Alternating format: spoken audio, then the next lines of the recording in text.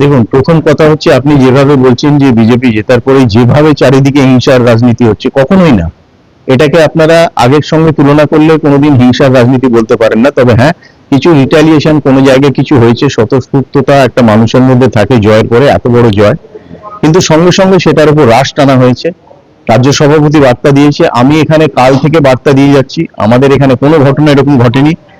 কিছু কিছু ক্ষেত্রে আমার মনে হচ্ছে তৃণমূলের লোকেরা মানে গেরুয়া রং মেখে গেরুয়া সমস্ত করে এই সমস্ত কাণ্ড ঘটাচ্ছে, যাতে মানুষ বোঝে যে বিজেপি করছে। তার জন্য পুলিশ প্রশাসন আছে, তাদের কাছে পরিষ্কার বলা আছে আপনারা আপনাদের মতন কাজ করবেন।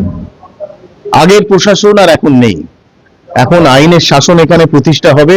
গুড গভর্নেন্সের দিকে আমরা তাকিয়ে আছি, মানুষকেও আমরা সেই বার্তা দিচ্ছি। সেটা কর্মীদের মধ্যে কি বার্তা দিয়েছেন যে এই ধরনের বলে দেওয়া হয়েছে যে এই ধরনের ঘটনায় তারা কেউ সামিল হবেন না, যদি কেউ হন তার দায় দল নেবে না।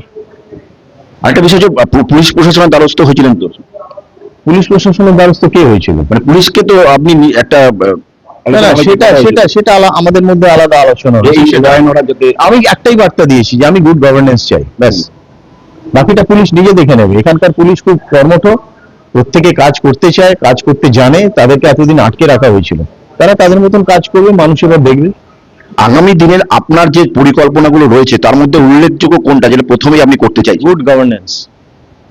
আগে 2-3 দিনের মধ্যে মানুষ এটা দেখুক যে হ্যাঁ, এটা প্রতিষ্ঠা হতে চলেছে, তারপরে বাকিগুলো। সুতরাং